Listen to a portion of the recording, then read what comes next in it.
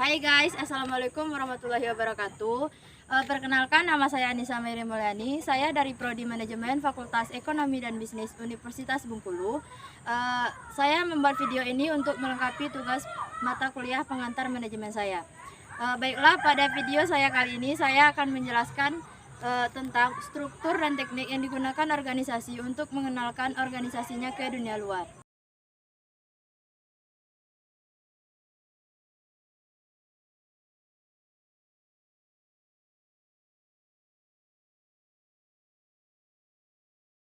Struktur organisasi. Struktur organisasi memegang peran penting bagi kelancaran aktivitas sebuah perusahaan, baik yang skala kecil maupun skala besar. Hal ini karena pengorganisasian akan menjadikan pekerjaan lebih efektif dan tidak terpusat dalam satu kendali. Adapun fungsi dari struktur organisasi adalah memperjelas setiap fungsi dan hubungan antar bagian dalam sebuah perusahaan, sehingga akan terlihat jelas siapa yang bertanggung jawab atas sebuah pekerjaan dalam satu bidang.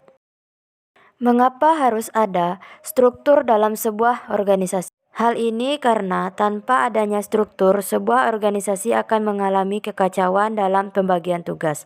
Hal ini terjadi karena tidak adanya komponen perusahaan yang bisa diberikan tanggung jawab sesuai kemampuan yang dimiliki.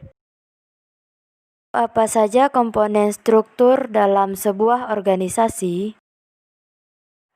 Berikut ini komponen struktur organisasi. 1. CEO. 2. Jajaran direksi. 3. Manajer. 4. Bagian administrasi. 5. Divisi regional. 1. CEO atau Chief Executive Officer yang merupakan jabatan tertinggi dalam suatu organisasi, dan tugas utamanya adalah memberikan arah dan tujuan pada saat organisasi berjalan. 2. Jajaran direksi yang pada umumnya dalam sebuah organisasi terdapat setidaknya 3 direktur. A. Direktur utama. B. Direktur keuangan. C. Direktur personalia. A. Direktur utama yang tugas dan hubungannya langsung dengan CEO. B. Direktur keuangan yang bertugas mengawasi operasional keuangan. C. Direktur personalia yang berhubungan langsung dengan tenaga kerja. 3. Manajer yang memiliki tugas utama mengintegrasikan berbagai variabel seperti pengarahan, koneksi, seleksi, komunikasi, dan pelatihan. 4. Administrasi dan gudang adalah komponen yang wajib dalam sebuah bisnis yang sedang berkembang. Tugas dan fungsinya adalah untuk mengecek seluruh transaksi perusahaan yang berhubungan dengan pihak lain, pembukuan dan laporan penerimaan serta pengeluaran. 5. Divisi regional yang fungsinya menjalankan kewajiban dan prosedur baku dari kantor pusat. Divisi regional biasanya beroperasi sebagai badan usaha untuk meningkatkan nilai tambah perusahaan. Dalam bisnis yang berhubungan dengan penanaman saham, divisi regional wajib ada pada struktur perusahaannya. B. Strategi bisnis internasional. Dalam menerapkan strategi tingkat bisnis internasional, kegiatan operasional satu negara asal sering kali menjadi sumber keunggulan kompetitif yang paling penting. Apa saja strateginya? 1. Strategi kepemimpinan biaya internasional. 2. Strategi diferensiasi internasional. 3. Strategi fokus internasional. 4. Strategi kepemimpinan biaya atau diferensiasi integratif internasional. 5. Strategi tingkat perusahaan internasional. 1. Strategi kepemimpinan biaya internasional. Strategi biaya rendah internasional berpeluang berkembang di negara yang permintaannya besar. Biasanya kegiatan operasi industri ini dipasarkan di negara asal, dan tujuan utamanya adalah mendapatkan skala ekonomi. 2. Strategi diferensiasi internasional. Perusahaan-perusahaan yang berbasis di sebuah negara yang memiliki kemampuan khusus dan sudah maju cenderung mengembangkan strategi diferensiasi internasional. Sebagai contoh adalah Jerman yang industri perusahaan kimianya. 3. Strategi fokus internasional. Banyak perusahaan tetap memusatkan perhatiannya pada celah-celah pasar ketika menerapkan strategi fokus internasional.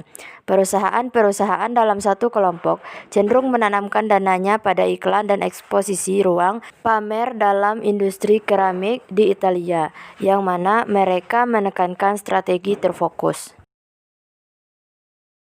4. Strategi kepemimpinan biaya atau diferensiasi integratif internasional. Strategi ini populer karena sistem manufaktur yang fleksibel, memperbaiki sistem informasi dalam dan lintas perusahaan, dan sistem kendali kualitas total. Oleh sebab itu, bersaing dalam pasar global memerlukan manajemen yang canggih dan efektif. 5. Strategi tingkat perusahaan internasional. Strategi ini memusatkan perhatian pada ruang lingkup kegiatan operasi, baik untuk diversifikasi produk maupun diversifikasi geografis. Strategi ini dibagi menjadi 3, yaitu A. Strategi multidomestik, B. Strategi global, C. Strategi transnasional. A. Strategi multidomestik. Strategi multidomestik adalah sebuah strategi yang keputusan-keputusan strategis dan operasinya disentralisasikan ke unit-unit bisnis strategi di setiap negara untuk menyesuaikan produk-produk ke pasar lokal. B. Strategi global. Strategi ini mengasumsikan produk-produk yang lebih distandarisasi dan kontrol oleh kantor pusat. Strategi menawarkan produk standar ke berbagai pasar di negara yang berbeda dan strategi kompetitif ini ditentukan oleh kantor pusat. C. Strategi transnasional. Strategi ini berusaha mencapai efisiensi global sekaligus daya tanggap lokal. Untuk menjalankannya diperlukan koordinasi fleksibel yang diyakini dan disepakati bersama. Lalu apa saja struktur organisasi multinasional? Struktur organisasi multinasional terdiri dari 1. Divisi fungsional sedunia, 2. Divisi internasional, 3. Divisi produk sedunia. 1. Divisi fungsional sedunia, di mana anak-anak perusahaan diorganisasikan menurut jalur fungsional manufaktur, pemusatan, dan keuangan. Area-area fungsional di anak perusahaan ini melapor langsung pada pasangan fungsional mereka di perusahaan induk. 2. Divisi internasional. Dalam struktur ini, anak-anak perusahaan di luar negeri melapor pada suatu divisi internasional yang terpisah dari divisi induk. 3. Divisi produk sedunia. Dalam struktur ini, perusahaan diorganisasikan menurut jalur divisi produk, dan tiap divisi bertanggung jawab atas operasi mereka sendiri di seluruh dunia. Sekian presentasi saya. Terima kasih. Jangan lupa subscribe, like, and share ya. Wassalamualaikum warahmatullahi wabarakatuh.